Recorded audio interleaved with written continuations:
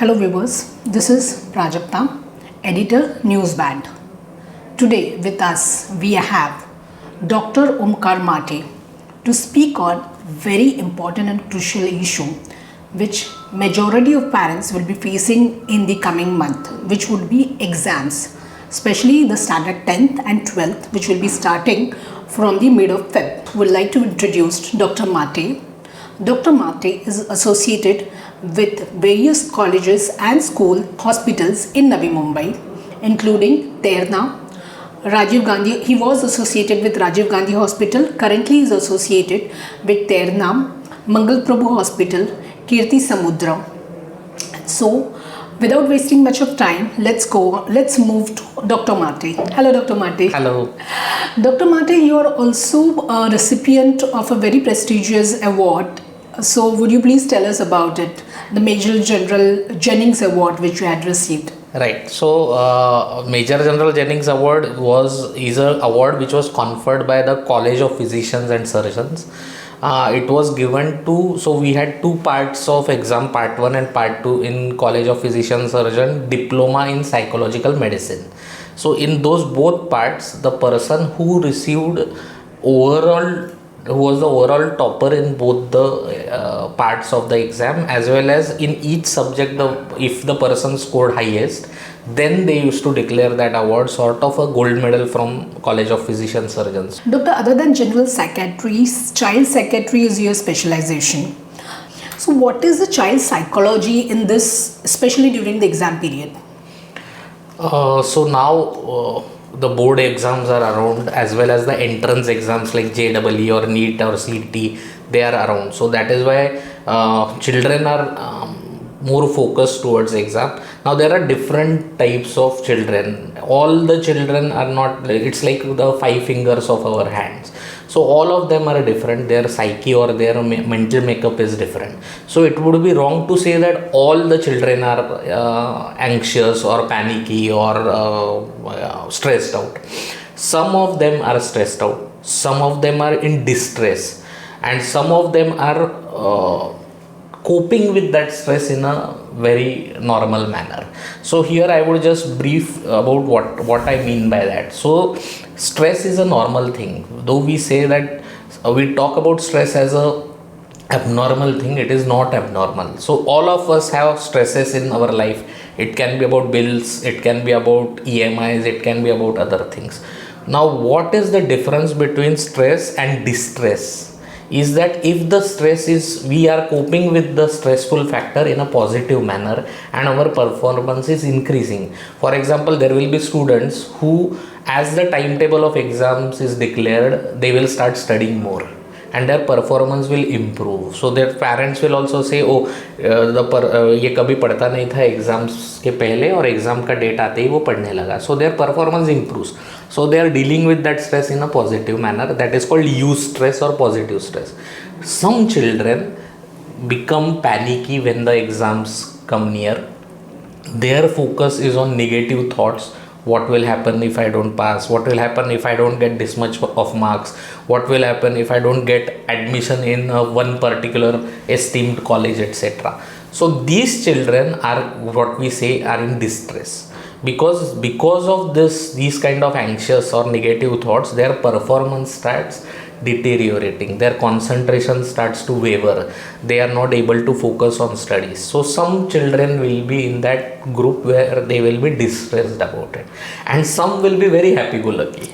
So it is a spectrum. What is the responsibility of parents? A. B. What kind of atmosphere should be maintained in the family, in the house? So first and foremost, again, I will say that again the parents are also in that same spectrum. Some will be happy-go-lucky, some will be very stressed about it. Some will be more aware of what to do during that period. Some will not be so aware. Now what do we mean by being responsible is that they have to recognize signs in children. What are the signs of anxiety? What are the signs whether the child is distressed or not? Is he or she sleeping well? Is he or she eating well? Is he or she able to relax in between, or they are constantly worried. So this is something which one parent should be able to judge during this time. Also, the environment during that period, especially at the home, needs to be calm and quiet. So but yet there has to be a balance. For example, if a child is studying for some hours and he wants some sort of a leisure break for some minutes or a half an hour or 1 hour or whatever in the day, and he's saying that I want to watch TV during that time, so that time the parent should not make an issue of it, because the brain obviously needs to relax in between. So but yes, when that child is studying, whether he is getting the requisite space to study, whether he is getting the calm environment, or is there noise in the house, is there fights, if there are fights between parents or parents and grandparents happening in the house, these need to be avoided during that time. Very important thing is discussions about child's future and marks or grades or percentages. It is something which should be totally avoided during this time, because it indirectly starts, I mean, building a pressure in the child's mind also about grades, marks, percentages, etc. There is a time for that. When the exams are over, things can be discussed and what avenue to be taken can be thought of. But during, just before exams, it is not wise to talk about grades, percentages, future, whether admission is possible here or not, whether finance is possible for this particular course or not. No, at least not in front of the child. These topics should be avoided. Especially this one last mile months, definitely no. Definitely no. B, also you like you mentioned that small issues which matters to us very a lot throughout the year, maybe like disciplining the child, managing the child. This could be also avoided. Like you cannot expect everything from the child. Absolutely. So suppose your child is let us say not keeping his books in a proper manner on the table, or he is not he has thrown his towel on the bed. So these kind of small things, I think, should be neglected at such times. I mean, you not only that, constant nagging to studying also should be avoided. You have to keep a watch how much is the child studying, and you have to tell what you feel about it. For example, okay, you studied today for 2 hours, can you do more? ज़्यादा थोड़ा पढ़ सकते हो तो I think और better करोगे. This is a positive way of telling the child. But 2 ही घंटा पढ़ता है, मेरे दोस्त का बेटा तो 10 घंटा पढ़ता है दिन में. This is a very critical and negative way which creates anger in that child's mind, because that child is being compared to some XYZ person's son or daughter, which is not a very positive or healthy way of telling that child. So criticizing about studies should also be avoided during that time. So nagging in that particular thing should also be avoided, or if you have to tell, the words have to be chosen very carefully. How to keep the child away from mobile, especially? I will not say TV absolutely, but from mobile. A, B, as you said, pressure within the family or within the house. You gave the right advice, like what not to do for parents. But then there are relatives, there are friends, and sometimes we see their interference also. So how to parents can handle the situation so that all this doesn't reach up to the child as so well. Parents, being parent means being the buffer. So parent is supposed to be a buffer, a protective buffer between intrusive elements from society or friends or relatives and the child. So instead of, sometimes what happens is, instead of acting as a buffer, they will convey their intrusive criticisms to the child in a wrong manner. So no, that has to be avoided completely. The child, parent, father or mother, when their relatives tell something to them, they are supposed to handle it at their level and not let it reach the child. Whatever their suggestions or their criticisms may be, not at this point not of time, in this 1 month. No, definitely not in this 1 month. Second thing is, like you said about mobile phones. So now mobile phones, rather than being a leisure item, it has started becoming a necessity. Most of the time pass which is done by the children is now on mobile phones. So if you have allowed them to use mobile phones till now, suddenly taking it off is not advisable, but there has to be boundaries.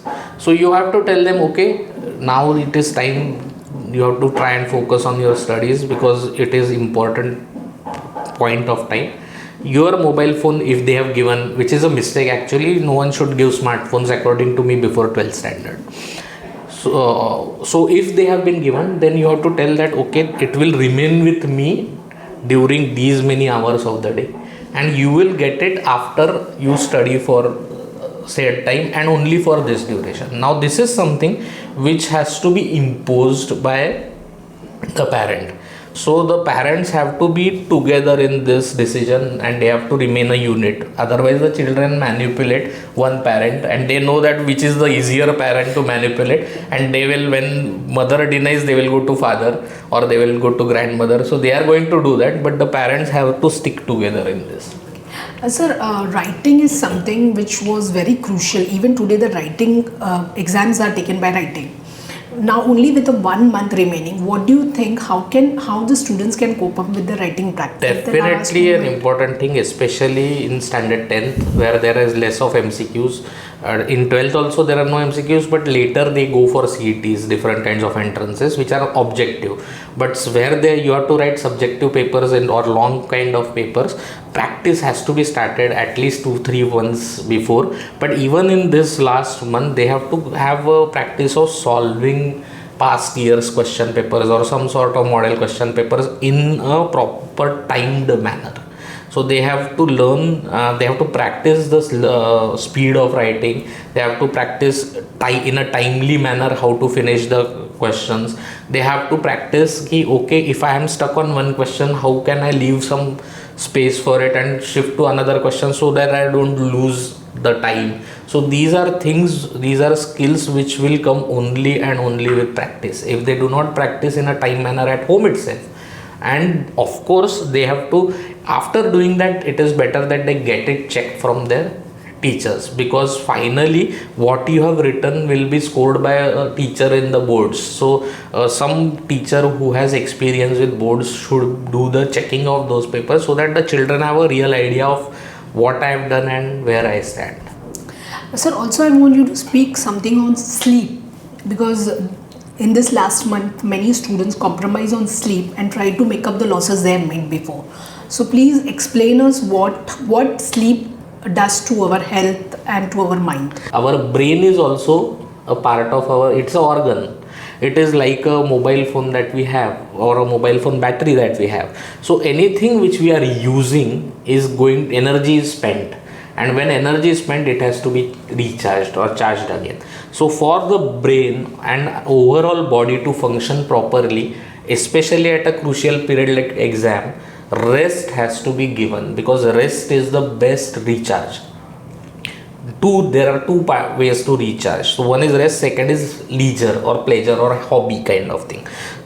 But 6 to 7 hours minimum of undisturbed sleep is very, and at a stretch. Many people think, oh, doctor has said that 6 to 7 hours, so what we'll do is we'll sleep 3 hours in the night and 3 hours in the afternoon. No, that is not what we mean by 6 hours. We mean 6 to 7 hours of at a stretch undisturbed sleep is important for the body and the brain to relax and start functioning at a better manner. So the next day, if the body and the brain has to be at the same level or at par, it has to rest at night. And nature has created night for resting.